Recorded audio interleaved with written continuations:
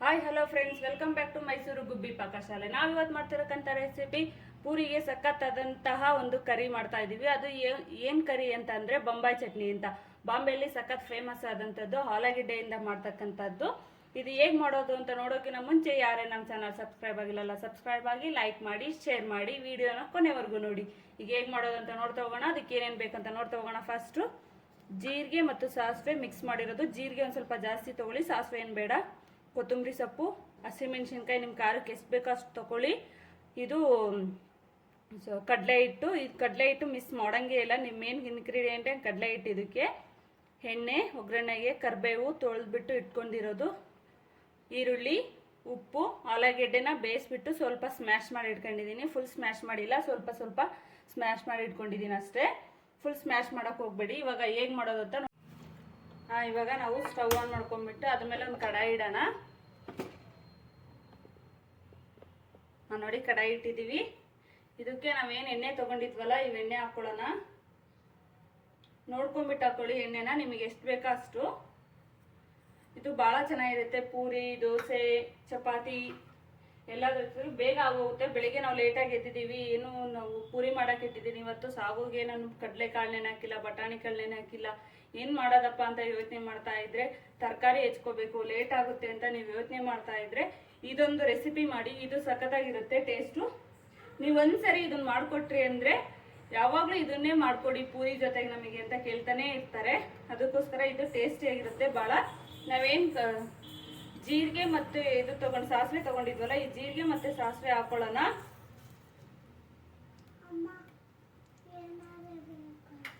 ಸಾಸಿವೆ ಮತ್ತು ಜೀರಿಗೆ ಹಾಕಿದ್ದೀವಿ ನೋಡಿ. ಇದು ಸಿಡಿತಾ ಇದೆ ಸ್ವಲ್ಪ. ಇವಾಗಲೇ ಕರ್ಬೇವಿನ ಸೊಪ್ಪು ಏನು ತೊಗೊಂಡಿದ್ವಲ್ಲ, ಈ ಕರ್ಬೇವಿನ ಸೊಪ್ಪು ಹಾಕೊಳ್ಳಿ. ನಾವು ತೊಗೊಂಡಿದ್ದಂಥ ಕರ್ಬೇವಿನ ಸೊಪ್ಪು ಹಾಕೊಳ್ಳಿ. ನೋಡಿ ಕರ್ಬೇವಿನ ಸೊಪ್ಪೆಲ್ಲ ಸಿಡಿತಾ ಇದೆ ಅಲ್ವಾ. ನಾವಿವಾಗ ಏನು ಹಸಿಮೆಣಸಿನ್ಕಾಯಿ ತೊಗೊಂಡಿದ್ವಲ್ಲ, ಈ ಹಸಿಮೆಣಸಿನ್ಕಾಯಿ ಹಾಕೊಳ್ಳಿ. ಈ ಹಸಿಮೆಣಸಿನ್ಕಾಯಿ ಎಲ್ಲ ಚೆನ್ನಾಗಿ ಇದಾಗ್ತಾ ಇದೆ. ಮಿಕ್ಸ್ ಆಗಲಿ ಚೆನ್ನಾಗಿ ಒಂದು ಬೇಯಿಸ್ಕೊಂಡು ಎಣ್ಣೆ ಜೊತೆಗೆ ಹಸಿಮೆಣಸಿನ್ಕಾಯಿ.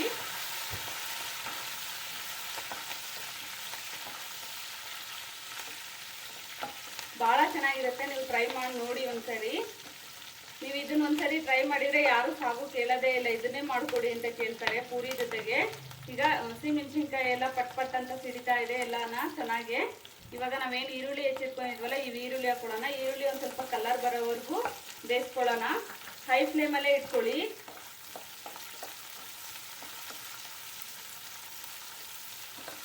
ಪೂರಿ ಜೊತೆಗೂ ಚೆನ್ನಾಗಿರುತ್ತೆ, ದೋಸೆ, ಚಪಾತಿ ಎಲ್ಲಾದ್ರ ಜೊತೆಗೂ ಇದು ಕಾಂಬಿನೇಷನ್ ಭಾಳ ಚೆನ್ನಾಗಿರುತ್ತೆ. ಇವಾಗ ನಾವು ಸಾಗು ಮಾಡ್ಬೇಕಂದ್ರೆ ತರಕಾರಿ ಹೆಚ್ಕೋಬೇಕು, ಕಾಳುಗಳೆಲ್ಲ ನೆನಾಕೋಬೇಕು. ನಮ್ಮ ಮರ್ತೋಗ್ಬಿಟ್ಟಿರುತ್ತೆ ಏನೋ ಕೆಲಸದಲ್ಲಿ ಗಡಿ ಬಿಡಿಲಿ. ಆ ಟೈಮಲ್ಲಿ ಏನು ಮಾಡೋದು ನಾವು ಪೂರಿ ಜೊತೆಗೆ ಅಂತ ಯೋಚನೆ ಮಾಡ್ತಾ ಇದ್ರೆ, ಅದು ಮಕ್ಕಳು ಬೇರೆ ಸ್ಕೂಲಿಗೆ ಹೋಗ್ತಾ ಇರ್ತಾರೆ, ಟೈಮ್ ಆಗಿರುತ್ತೆ. ಮಕ್ಕಳಿಗೆ ಏನಾದರೂ ಚಟ್ನಿ ಕಲ್ಸೋಕ್ಕಾಗೋದಿಲ್ಲ ಮಧ್ಯಾಹ್ನ ಟೈಮ್ ಲಂಚ್ ಬಾಕ್ಸಿಗೆ. ನೀವು ಇದನ್ನ ಮಾಡಿ ಕಲಿಸಿದ್ರೆ ಭಾಳ ಚೆನ್ನಾಗಿರುತ್ತೆ, ಮಕ್ಕಳಿಗೂ ಇಷ್ಟಪಟ್ಟು ತಿಂತಾರೆ. ಮಕ್ಕಳು ಭಾಳ ಇಷ್ಟಪಟ್ಟು ತಿಂತಾರೆ ಇದನ್ನ ಕರಿನ. ಯಾಕಂದ್ರೆ ಆಲೂಗೆಡ್ಡೆ ಎಲ್ಲ ಹಾಕಿರ್ತೀವಲ್ವಾ, ಭಾಳ ಚೆನ್ನಾಗಿರುತ್ತೆ. ನೋಡಿ ಈರುಳ್ಳಿ ಎಲ್ಲ ಕಲರ್ ಚೇಂಜ್ ಆಗ್ತಾ ಇದೆ ಅಲ್ಲ. ನೋಡಿ ಎಷ್ಟು ಚೆನ್ನಾಗಿ ಕಲರ್ ಚೇಂಜ್ ಆಗ್ತಾ ಇದೆ ಈರುಳ್ಳಿ. ಸಾರಿ, ನಾನು ಹೇಳೋದು ಮರ್ತಿದ್ದೆ, ಅರಿಶಿನ ತೊಗೋಬೇಕು. ಇದಕ್ಕೆ ಅರಿಶಿನದ ಪುಡಿ ನಾನು ಮರ್ತಿದ್ದೆ ನಿಮಗೆ ಹೇಳೋದು ತೋರಿಸೋದು. ಅದಕ್ಕೋಸ್ಕರ ಹಾಕ್ತಾ ಇದ್ದೀನಿ ಇವಾಗ ಅರಿಶಿನ. ನೀವೇನು ಅಡುಗೆಗೆ ಬಳಸ್ತೀರಲ್ಲ, ಅಡುಗೆ ಅರಿಶಿನೇ ಹಾಕ್ಕೊಳ್ಳಿ ಸ್ವಲ್ಪನ.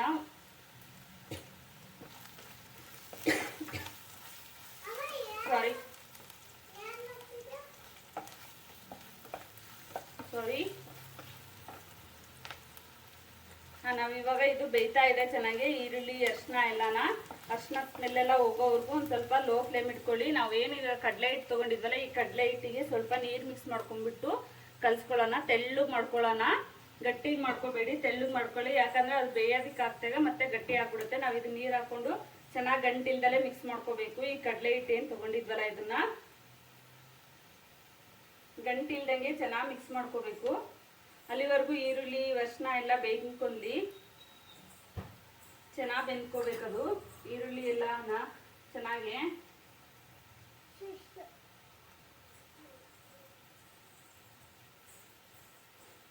ಚೆನ್ನಾಗಿರುತ್ತೆ ಇದು ಟೇಸ್ಟು.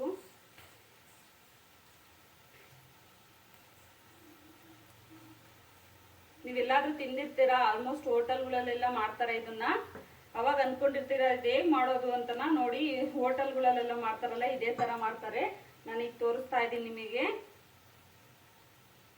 ನೋಡಿ ನಾನು ಇವಾಗ ಕಡಲೆ ಹಿಟ್ಟು ಎಲ್ಲ ನೀರು ಹಾಕೊಂಡು ಚೆನ್ನಾಗಿ ಮಿಕ್ಸ್ ಮಾಡ್ಕೊಂಡಿದ್ದೀನಿ ಗಂಟಿಲ್ದಂಗೆ. ನೀವು ಹಿಂಗೆ ಮಿಕ್ಸ್ ಮಾಡ್ಕೋಬೇಕು. ಇವಾಗ ನಾವು ಇದೇನಿರುತ್ತಲ್ಲ ಈ ಕರಿ ಒಳಗಡೆ ಹಾಕ್ತಾ ಅವುಗಳನ್ನ ಚೆನ್ನಾಗಿ ಮಿಕ್ಸ್ ಮಾಡ್ಕೊತ ಹಾಕಿ ಗಟ್ಟಿ ಆಗ್ಬಿಡುತ್ತೆ. ಅದಕ್ಕೋಸ್ಕರ ನಾವು ಈಗ ಹಾಕಿದೀವಲ್ವಾ, ಗಟ್ಟಿ ಆಗ್ತಾ ಇದೆ ನೋಡಿ. ಈಗ ಮತ್ತೆ ಅದ್ರ ಜೊತೆಗೆ ನೀರು ಹಾಕ್ತಾ ಇರಬೇಕು. ಫುಲ್ ಗಟ್ಟಿ ಆಗ್ತಾ ಇರುತ್ತೆ ಇದು. ಕಡಲೆ ಹಿಟ್ಟಲ್ವಾ, ನೀರಲ್ಲಿ ಹಾಕಿ ನೀಟಾಗಿ ಮಿಕ್ಸ್ ಮಾಡಿದ್ರು ಗಟ್ಟಿ ಆಗುತ್ತೆ. ನಾವು ಮತ್ತೆ ನೀರು ಹಾಕೋಣ. ನಮಗೆ ಎಷ್ಟು ತೆಳ್ಳಗಾಗುತ್ತೋ ಅಲ್ಲಿವರೆಗೂ ನೀರು ಹಾಕ್ತಾ ಇರೋಣ. ಹೈ ಫ್ಲೇಮ್ ಇಟ್ಕೊಳ್ಳಿ. ಇವಾಗ ಫ್ಲೇಮ್ ಸ್ಲೋ ಮಾಡ್ಕೊಂಡಿದ್ವಲ್ವಾ. ನಿಮಗೆ ಈರುಳ್ಳಿ ಹೆಚ್ಚಾಗಿ ಟೈಮ್ ಇಲ್ಲ ಅಂದ್ರೂ ಈರುಳ್ಳಿನೂ ಹಾಕಕ್ಕೆ ಹೋಗ್ಬೇಡಿ. ಟೈಮ್ ಇಲ್ಲ ಅಂದರೆ ಅದನ್ನು ಸ್ಕಿಪ್ ಮಾಡಿ, ಬೇಕಾದರೆ ಏನಾಗಲ್ಲ. ಅದು ಟೇಸ್ಟ್ ಚೆನ್ನಾಗಿರುತ್ತೆ ಹಂಗೆ ಮಾಡಿದರೆ. ನೋಡಿ ಇನ್ನೂ ಮತ್ತೆ ಗಟ್ಟಿ ಆಯ್ತಲ್ವಾ, ಇನ್ನೊಂದು ಸ್ವಲ್ಪ ನೀರು ಹಾಕೊಳ್ಳೋಣ. ಯಾಕಂದರೆ ಇದು ತಣ್ಣಗಾದ್ಮೇಲೆ ಮತ್ತೆ ಗಟ್ಟಿ ಆಗುತ್ತೆ. ಒಂದು ಸ್ವಲ್ಪ ತೆಳ್ಳಗೆ ಮಾಡ್ಕೊಳ್ಳಿ. ನಾವೆಲ್ಲ ಮಾಡಿದ್ಮೇಲೆ ತಣ್ಣಗಾದ್ಮೇಲೆ ಮತ್ತೆ ಗಟ್ಟಿ ಆಗ್ಬಿಡುತ್ತೆ. ಅದಕ್ಕೋಸ್ಕರ ಒಂದು ಸ್ವಲ್ಪ ತೆಳ್ಳಗೆ ಮಾಡ್ಕೊಳ್ಳಿ. ಫ್ಲೇಮ್ ಹೈ ಫ್ಲೇಮ್ ಇಟ್ಕೊಂಡಿದ್ದೀನಿ ನಾನು. ನೀವು ಹೈ ಫ್ಲೇಮಲ್ಲೇ ಮಾಡ್ಕೊಳ್ಳಿ.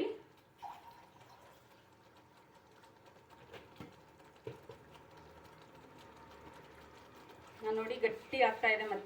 ನಾನು ಮತ್ತೆ ನೀರು ಆ್ಯಡ್ ಮಾಡ್ತಾ ಇದ್ದೀನಿ. ಇದಕ್ಕೆ ನೋಡ್ಕೊಂಡು ಆ್ಯಡ್ ಮಾಡ್ತಾ ಇರಿ ನೀರು ನೀವು. ಯಾಕಂದರೆ ಗಟ್ಟಿ ಆಗ್ತಾನೇ ಇರುತ್ತದು. ಕುದ್ದಂಗೆ ಫುಲ್ ಗಟ್ಟಿ ಆಗ್ತಾ ಇರುತ್ತೆ. ಅದಕ್ಕೋಸ್ಕರ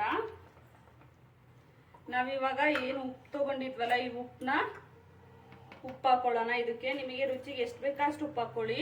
ನಾನು ಉಪ್ಪು ನಿಮ್ಮ ರುಚಿಗೆ ಎಷ್ಟು ಬೇಕೋ ಅಷ್ಟು ಉಪ್ಪು ಹಾಕೊಳ್ಳಿ. ಉಪ್ಪು ಖಾರ ಎಲ್ಲ ನಿಮ್ಮ ರುಚಿಗೆ ಎಷ್ಟು ಬೇಕೋ ಅಷ್ಟು ಹಾಕೊಳ್ಳಿ. ಏನು ಅಷ್ಟೇ ಹಾಕ್ಬೇಕು ಹಂಗೇನಿಲ್ಲ.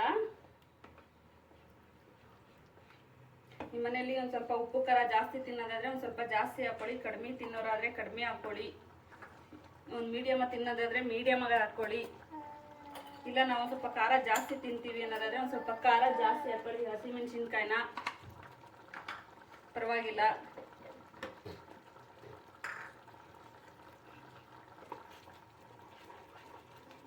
ನೋಡಿ ಗಟ್ಟಿ ಆಗ್ತಾ ಇದೆ ಇದು. ಮತ್ತೆ ನಾವಿವಾಗ ಗಟ್ಟಿ ಆಗ್ತಾ ಇದೆ, ಕುದೀತಾ ಇದೆ ಎಲ್ಲ. ನಾವೇನು ಆಲೂಗಡ್ಡೆ ಸ್ಮ್ಯಾಶ್ ಮಾಡಿ ಇಟ್ಕೊಂಡಿದ್ವಲ್ಲ ಒಂದು ಅರ್ಧಂಬರ್ಧನ, ಇವು ಆಲೂಗಡ್ಡೆ ಹಾಕೋಣ. ಸ್ಮ್ಯಾಶ್ ಮಾಡಿಟ್ಟಿರೋದು ಆಲೂಗಡ್ಡೆ ಏನಿತ್ತಲ್ಲ, ಇವು ಆಲೂಗಡ್ಡೆ ಹಾಕೊಳ್ಳೋಣ ಇದಕ್ಕೆ.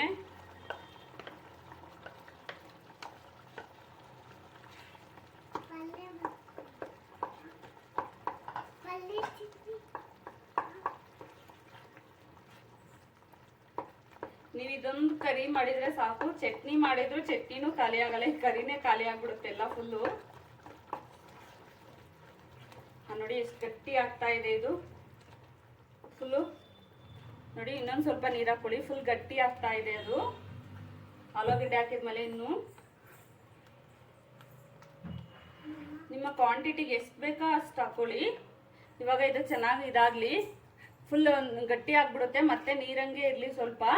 ಮತ್ತೆ ತಣ್ಣಗಾದ್ಮೇಲೆ ಗಟ್ಟಿ ಆಗುತ್ತೆ. ಇದೆಲ್ಲ ಹಿಂಗೆ ಕುದೀಲಿ ಚೆನ್ನಾಗಿ. ನೋಡಿ ಇವಾಗ ಇದು ಎಲ್ಲ ಚೆನ್ನಾಗಿ ಕುದ್ದಿದೆ. ಸಾಕಾಗುತ್ತೆ ಇದು ಚೆನ್ನಾಗಿ ಕುದ್ದಿದೆ ಇದೆಲ್ಲನ. ನಾವೇನು ಕೊತ್ತಂಬರಿ ಸೊಪ್ಪು ತಗೊಂಡಿದ್ವಲ್ಲ, ಫ್ಲೇಮ್ ಸ್ಲೋ ಮಾಡ್ಕೊಂಡ್ಬಿಟ್ಟು ಈ ಕೊತ್ತಂಬರಿ ಸೊಪ್ಪು ಹಾಕೊಳ್ಳೋಣ ಇದಕ್ಕೀಗ. ಕೊತ್ತಂಬರಿ ಸೊಪ್ಪು ಕೊನೆಯಲ್ಲಿ ಹಾಕೊಳ್ಳಿ.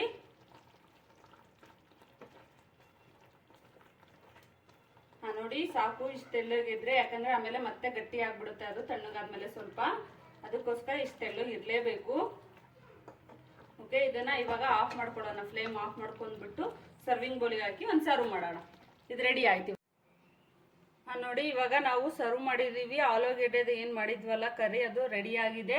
ಇದು ಬಾಂಬೈ ಚಟ್ನಿ ಅಂತ. ಬಾಂಬೈ ಚಟ್ನಿ ರೆಡಿ ಆಗಿದೆ. ಸಖತ್ತಾಗಿರುತ್ತೆ ಟೇಸ್ಟು. ಪೂರಿ ಜೊತೆಗೆ ಆಗಲಿ, ಇದು ದೋಸೆ, ಇಡ್ಲಿ ಜೊತೆಗೂ ಚೆನ್ನಾಗಿರುತ್ತೆ. ಇಡ್ಲಿ ಜೊತೆ ತಿನ್ಬೇಕಂದ್ರೆ ಸ್ವಲ್ಪ ತೆಳ್ಳು ಮಾಡ್ಕೊಳ್ಳಿ.